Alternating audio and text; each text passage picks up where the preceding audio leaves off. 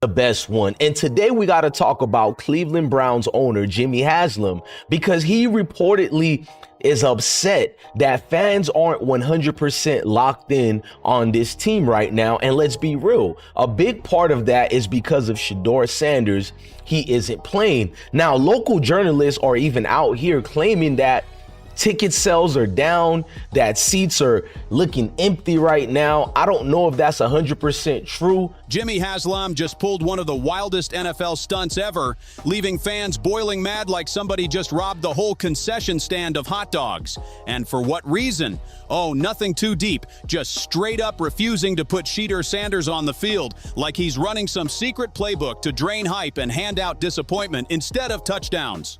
Cleveland's fan base is straight up crumbling, melting quicker than a popsicle on a blazing summer sidewalk, and the whole fiasco got more twists than a daytime soap opera. The real kicker? Nobody can even make sense of it. And that's exactly why this saga feels so scandalous. This collusion to the max, bro. This is collusion to the max. You can't hide it no more. I am done with the Cleveland Browns. Completely. I am completely, utterly, and literally done with the Cleveland Browns. How has Shedeur not taken a scout team rep? Better yet, how has Shedeur not taken a rep? I ain't talking about individual drills. I'm talking about team reps going against the defense 11 on 11 like he did in training camp. If Shedeur hasn't gotten any reps, plus no scout team reps, what is he doing? Standing there holding a clipboard?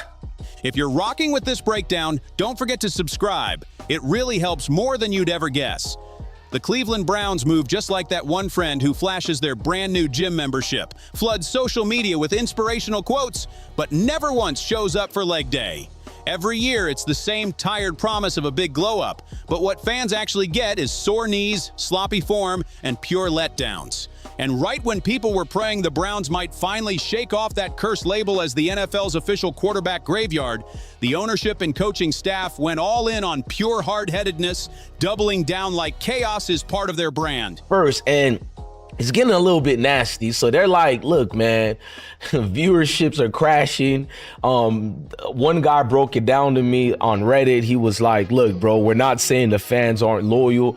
The ticket sales are high, but during the coverage, if you look at the ratings, it's been going up and down, meaning that people were turning off their television. Even though it was a close game, 15 or whatever, people were not tuned in for one reason. And I told you guys that was going to happen. Now, I don't know if some of these things are just slander on the Browns, but one thing for sure, we do know people's attention spans weren't there. Here comes the Shedeur Sanders saga, sliding right into the Browns' never-ending catalog of head-scratching moves. Cleveland's quarterback history? Man, that could fill an entire encyclopedia of straight-up mediocrity, stacked higher than a library shelf. We're talking dozens of wasted names, endless jersey edits with fans crossing out numbers like it's a bad joke, and a so-called highlight reel that plays more like a blooper tape than anything resembling professional football. We have good process, okay? And if you'd have told me, let's see, we picked him on Saturday, right? Friday night driving home, y'all are going to pick Shedeur, I would say that's not happening. But we had a conversation early that morning, and then we had a conversation later that day. I think we had the right people involved in the conversation. At the end of the day, that's Andrew Berry's call. Andrew made the call to pick Shedeur, just like who's going to start or what play we're going to call is Kevin's call. But that's Andrew's call. He made the call. But here comes Shedeur, a flashy young quarterback dripping with star power, electric energy, and more social media heat than the Browns' whole offense has managed to spark in the last 10 years. You'd figure the franchise would roll out a golden carpet, hand him the first-team reps, and finally give the fans a taste of hope. Instead, Jimmy Haslam and Kevin Stefanski act like he's nothing more than a Wi-Fi password they forgot to save, technically priceless, but way too easy to brush off and ignore. He a coach now? He's standing on the sideline watching while Joe Flacco and Dylan Gabriel getting all the reps, and then Bailey Zappi going against the first-team defense on scout team. Cleveland, if you were going to bury him on the depth chart, you might as well just put him on the practice squad or just released him. Trade them if you don't want them. But I'm telling you, I told y'all what they doing. I told y'all what Cleveland doing. Cleveland is trying to bury Shedeur on the depth chart so he won't play. Think about it. This man signed a 4-year contract. What can Cleveland do? They can control his career, playing career, on the field, not off the field, on the field for the next 4 years. The fans, of course, see it way different. Clevelanders have frozen through icy stadium nights, lived through one disaster draft pick after another, and been fed heartbreak so creative it feels scripted. They're not begging for miracles, just begging for something fresh. They already know mediocrity too well. They've had season tickets to it for years. So when Shedeur's name starts floating around, you can see their eyes light up because finally there's a shot to break the never-ending cycle of, trust us, this year is different. Spoiler alert, it's never different. And now those same fans are convinced ownership is purposely trying to snuff out the only spark of excitement left in Cleveland. But the real question is why? Why would Kevin Stefanski, a coach who clutches his playbook like it's a fragile instruction manual, refuse to give Shedeur an honest chance? The answer is simple. Stefanski is chained to his system. He'd rather lose sticking to his blueprint than win by adjusting. Shedeur brings chaos, unpredictability, raw fire, everything Stefanski can't control. And then you've got Jimmy Haslam, a businessman running the franchise like he's picking coffee flavors at a gas station. Safe, boring, guaranteed to leave everyone unsatisfied.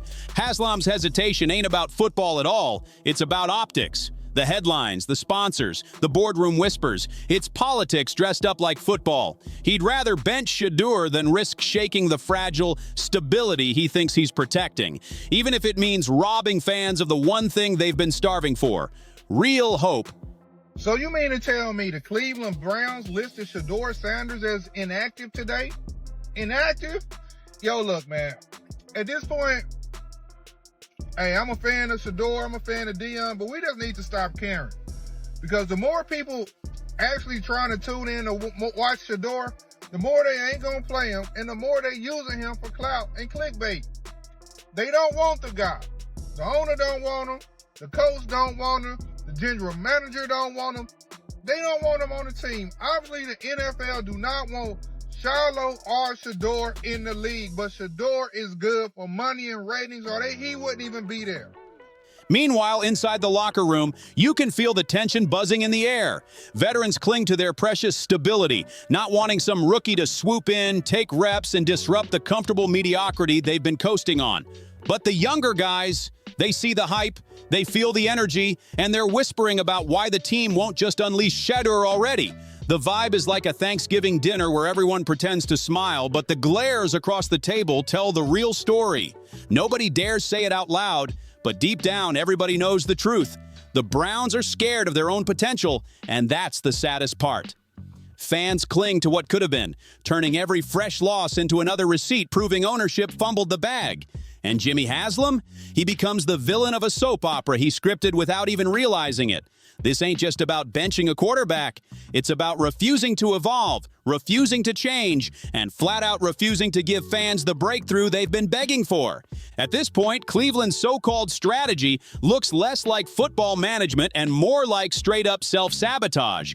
Someone in charge needs to take the risk, break the cycle, and finally step out of that recycled script. But instead, leadership seems content rerunning the same tired storyline. And that's why fans are burning with frustration. Because this time, the ending could actually be different. Shedeur Sanders could be the shift that rewrites everything. I also can't blame anybody who says, I don't necessarily trust this coaching staff to develop a quarterback or to evaluate the quarterback position. They've made some really oddball decisions at this position over the last several years, and I don't blame anybody for questioning, do these guys actually know what they're doing? I don't think that's unfair at all. The thing I would say is that they're desperate. They're very desperate. Like the entire organization is desperate. And if you really think they're going back to the coaches' offices and all getting around the table after sessions and being like, guys, Shedeur is unbelievable. But Cleveland isn't cheering right now as it's flat out seething, and all that fury is locked on Jimmy Haslam, the man fans now see as the gatekeeper blocking their shot at a real future. Kevin Stefanski doesn't escape the smoke either. His offense already drags with the thrill of a dial-up internet connection, and now he's shutting down the one player who could actually turn Sundays into a spectacle. It's like the man is allergic to risk. Put a pair of dice in front of him, and instead of rolling, he folds before the game even starts, and does it proudly. Stefanski's that guy who walks into a 5-star steakhouse and still orders chicken tenders. And with Shedeur, he's not just folding, he's bolting the table shut so nobody else even gets a chance to play. Every single week that passes without Shedeur getting real snaps, his legend grows in Cleveland. He hasn't thrown one official pass, but in the minds of fans, he's already the one. The golden ticket, the savior, the quarterback who could flip this horror flick into at least a decent rom-com.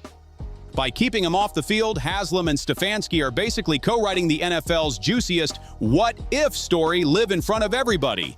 And if there's one thing Cleveland fans love, it's a conspiracy theory with plenty of smoke. Let's give him a chance. Let's give him a chance with the play calling. You know you have an offensive line that isn't playing that well.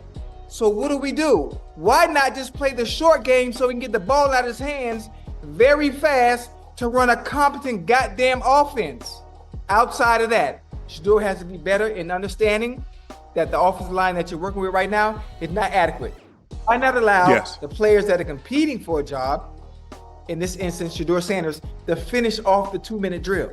Who makes that call? He makes that call. Why? Because I want the last thing people to see is the mistakes and the sacks that happen. Let's not overlook the locker room politics brewing in Cleveland.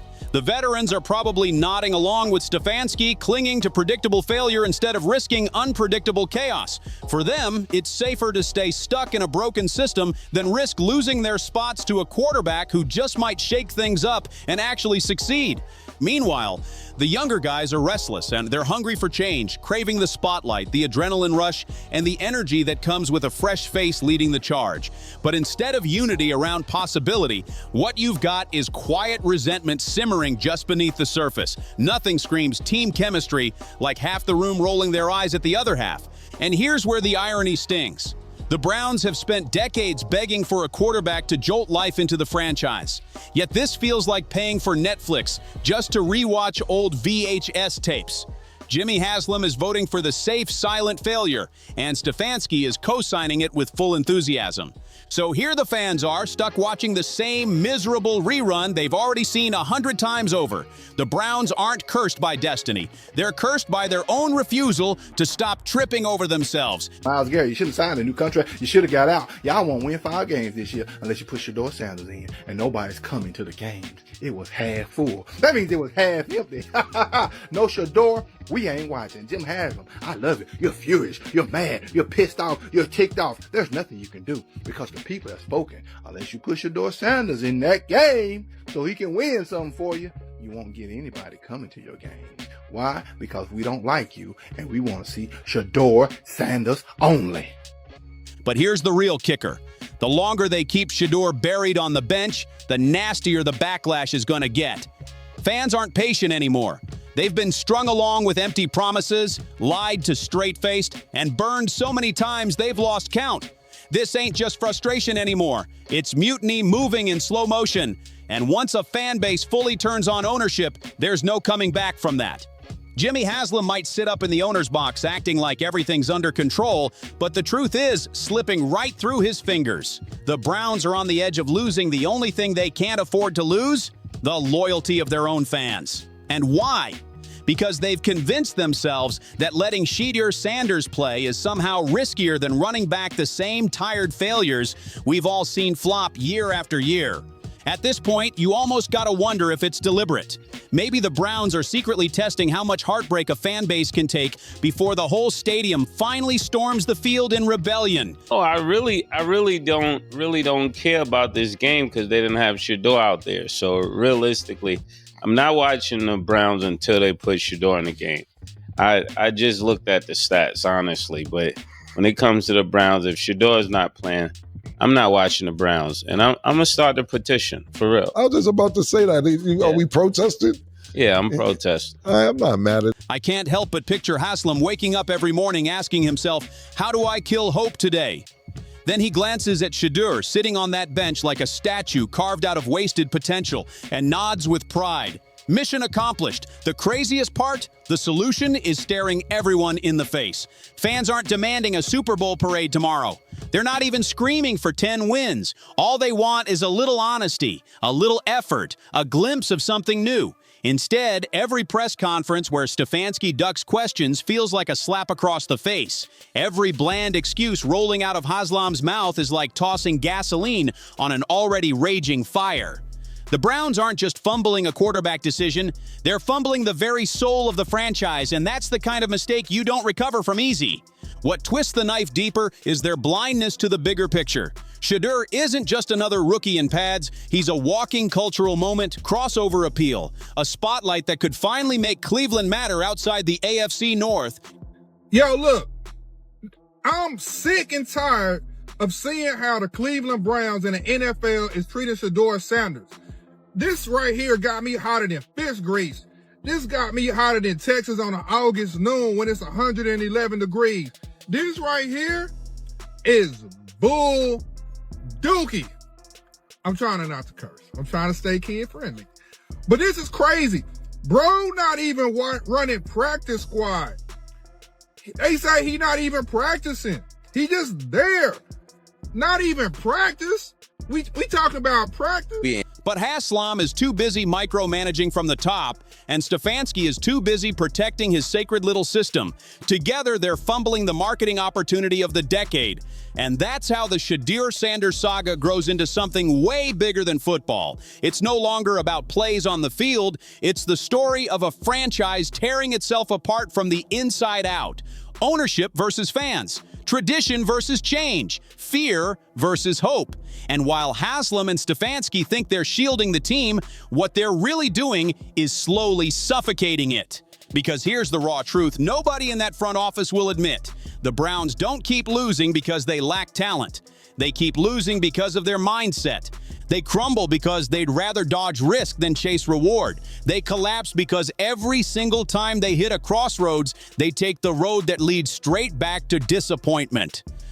Fans won't just want Shedeur to perform, they'll expect miracles. They'll expect him to walk on water, split Lake Erie in two, and deliver the Lombardi Trophy with a side of redemption. And if he doesn't pull it off, the blame won't land on him. It'll land squarely on Haslam and Stefanski for dragging the circus out this long. And knowing Cleveland's track record, they'll probably find a third, even worse option because that's their specialty, turning opportunities into disasters and talent into trivia questions.